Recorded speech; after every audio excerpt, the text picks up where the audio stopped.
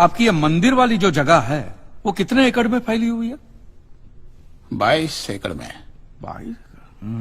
जिसमें 322 छोटे छोटे मंदिर हैं भगवान के। ओहो, माने भगवान का पूरा शॉपिंग मॉल ही सजा के रखा है।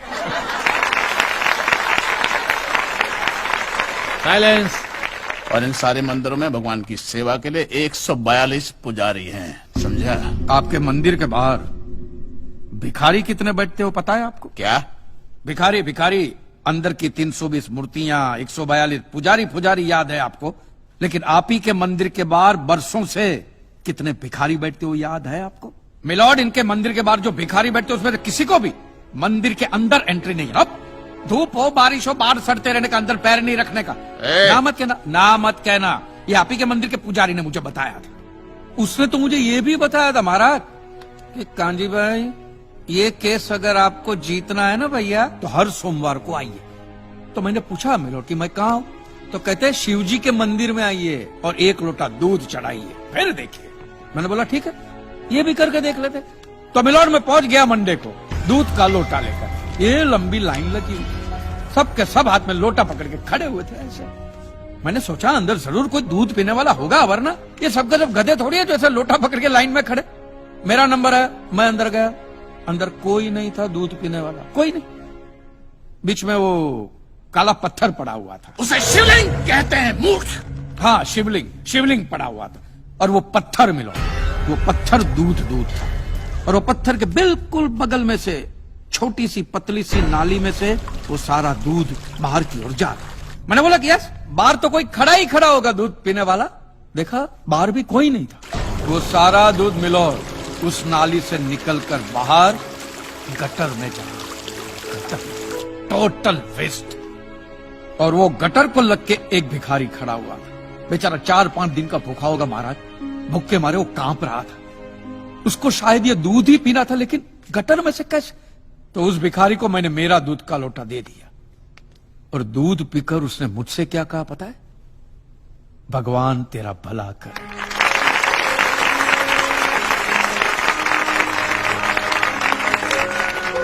तो मंदिर में आने वाला एक एक इंसान वो पत्थर पे दूध डालने के बजाय किसी गरीब के पेट में डाले तो सबसे ज्यादा पुण्य मिलेगा, नहीं?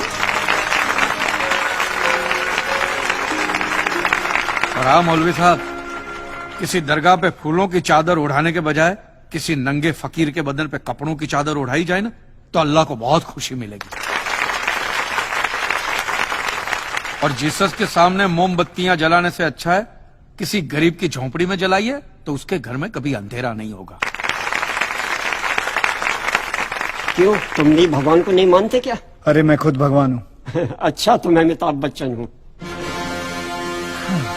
देखो कांजी, दूध, चद्दर, मोमबत्ती ये सब चढ़ाना एक प्रथा है। भगवान की पूजा अर्चना, इन सब का मूल्य तुम नहीं समझोगे क्योंकि तुम एक नास्तिक हो। जगत की मोह माया से तुम अभी तक मुक्त नहीं हुए। आप तो हो गए हो ना, आप तो बिल्कुल मोक्ष के दरवाजे पे खड़े हो। तो ये जो रीति रिवाज के नाम पे ढोंग चलते उनको बंद करवाइए ना महाराज। शनिवार को हनुमान जी की मूर्ति पे कितना तेल बर्बाद होता है पता है आपको? लोग 2 रुपये के 5 रुपए के सिक्के यूं करके मूर्ति पे चिपकाते हैं। हनुमान जी इन सारे चिल्लर का क्या करेंगे? कांजी भाई बिल्कुल ठीक कह रहे हैं। साईं बाबा अपनी पूरी जिंदगी गरीबों के लिए और गरीबी में जिए। जब तक वो जिंदा रहे तेल की एक एक बूंद के लिए दर बदर भटकते रहे, और आज उनके मरने के बाद उनके लिए करोड़ों का सिंहासन, सोने का मुकुट, किसके लिए बताइए महाराज। एक बात बताइए, जो भी भक्त भगवान की श्रद्धा से सच्चे दिल से भक्ति करता है उस पर तो उस परम कृपालु की कृपा दृष्टि रहती है ना? रहती है ना? आया ना? तो चलिए महाराज मुझे ये बताइए कि अमरनाथ और वैष्णो देवी की यात्रा पे जाती हुई बस नीचे खाई में क्यों गिर जाती? वो तो भगवान की भक्ति के लिए जा रहे थे, श्रद्धा से भजन गाते गाते जा रहे थे, तो भगवान ने डायरेक्टली उनको ऊपर बुला लिया। और आप मुझे एक गाड़ी ऐसी बताइए जिसका एक्सीडेंट हुआ हो और जिसके अंदर भगवान की मूर्ति या फोटोग्राफ ना हो। बताइए। I object my Lord. From day 1 ये आदमी बातों को यूं गोल गोल घुमा रहा है। मिस्टर कांजी, ये कोई डिबेट नहीं है अच्छे बुरे की, ये कोर्ट है और यहां प्रूफ चलता है। और हमारे पास प्रूफ है, इंश्योरेंस पेपर्स पर आपके सिग्नेचर्स। इसलिए लीगली आपको कोई हक नहीं बनता इंश्योरेंस कंपनी से पैसे और मांगने का। जहां तक हमारा प्रश्न है, बीमा कंपनी के नियमों को हम नहीं मानते। अगर उन्होंने लिख दिया कि भूकंप जज साहब ने करवाया है, तो क्या जज साहब पैसे देंगे? इसी तरह पॉलिसी में भगवान का नाम लिख देने से भगवान पैसे देने के लिए प्रतिबद्ध नहीं होते। अगर आप चाहते कि भगवान आपके पैसे लौटा दे, तो ये प्रूफ करो कि ये भूकंप भगवान ने किया है, किया ही है ना। इन राइटिंग है, कहीं लिखा हुआ तुम्हारे पास है? Any proof? मिलॉर्ड, ये mister kanji, court of law में सिर्फ दलीलों पर फैसले नहीं होते। आपकी दलीलें, आपके आर्गुमेंट्स आम जनता के लिए कितने भी वैलिड क्यों ना हो, लेकिन अगर आप उन्हें साबित नहीं कर सकते हैं तो उनका कोई मतलब नहीं। आपके पास कोई सबूत है? You may please proceed. Your honour, इससे पहले कि मिस्टर कांजी अपने तीखे और कटाक्ष भरे व्यूज बिना किसी रेफरेंस प्रदर्शित करें, मैं उनसे पूछना चाहता हूं कि उनके पास कोई प्रूफ है जिससे वो साबित कर सके कि उनकी दुकान भगवान ने गिराई है? मिलॉर्ड, अब जो सवाल मैं पूछने जा रहा हूं उसके लिए मुझे एक ज्ञानी पंडित की जरूरत है। तो आप मेरे जो भी कोई ज्ञानी पंडित है वो यहां पे आए, सिर्फ ज्ञानी आए, ज्ञानी। हाँ, आप बैठ जाइए।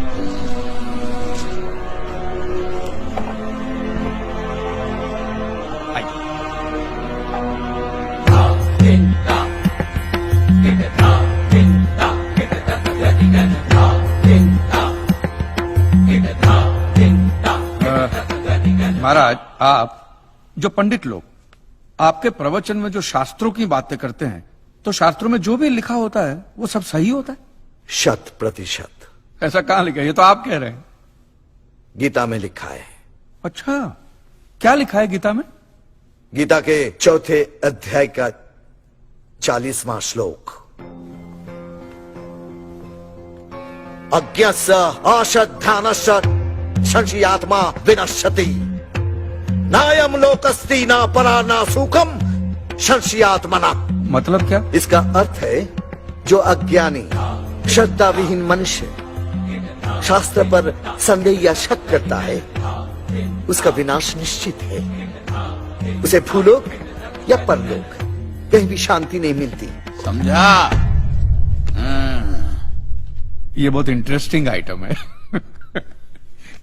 महाराज, आपको ये गीता में या शास्त्रों में कुछ भी समझ में आता है, हा?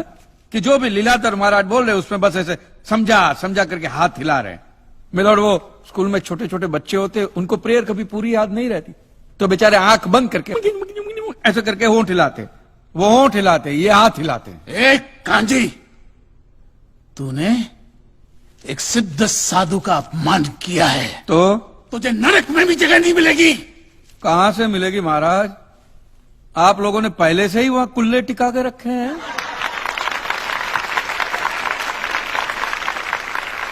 तेरा ये दुस्साहस नास्तिक!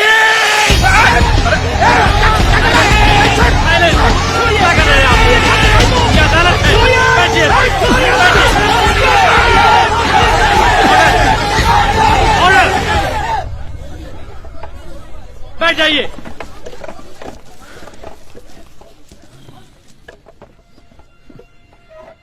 दुखेष्वनु द्विग्न मनः सुखेषु विगत स्पृह वितराग भय क्रोध स्थित धीर मुनि रुच्यते। अध्याय 2 श्लोक 56वां।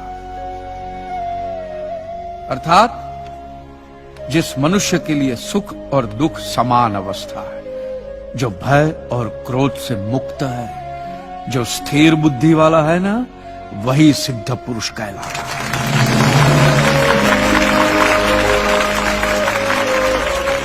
ये मुझे गीता सिखाएंगे? अरे ये क्या गीता सिखाएंगे मिलॉर्ड? इन लोगों की तो आईक्यू भी रूम टेम्परेचर से लो है। आपको 2 बात किया कही मैंने उकसाने के लिए, भड़काने के लिए, मुझे मारने चले हैं। ऐसी है आपकी सिद्धि सिद्धेश्वर?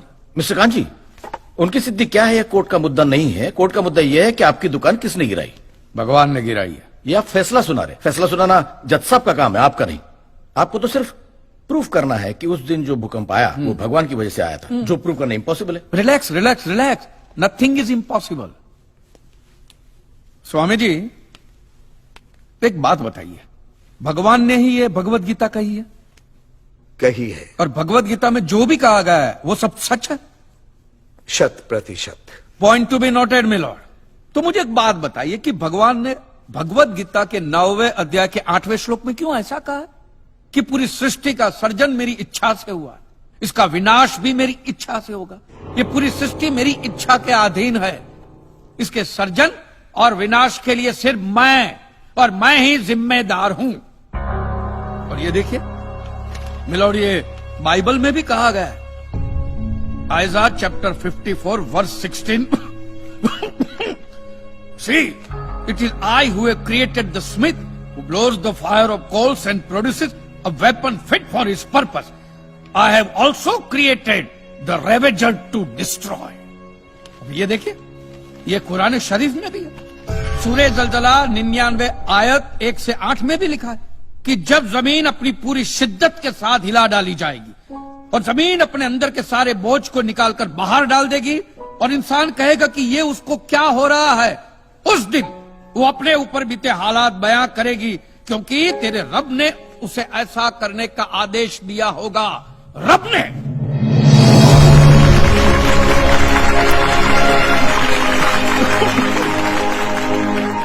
इन सारी बातों का मतलब एक ही होता है मिलोर, कि ये भगवान द्वारा किए हुए हुक्म से ही मेरी दुकान गिरी है। मतलब it is an act of God. ये सब ऊपर वाले की करनी है, और मेरे साथ साथ जिन लोगों का नुकसान ऊपर वाले की वजह से हुआ है उन सब के पैसे भी ऊपर वाला ही देगा,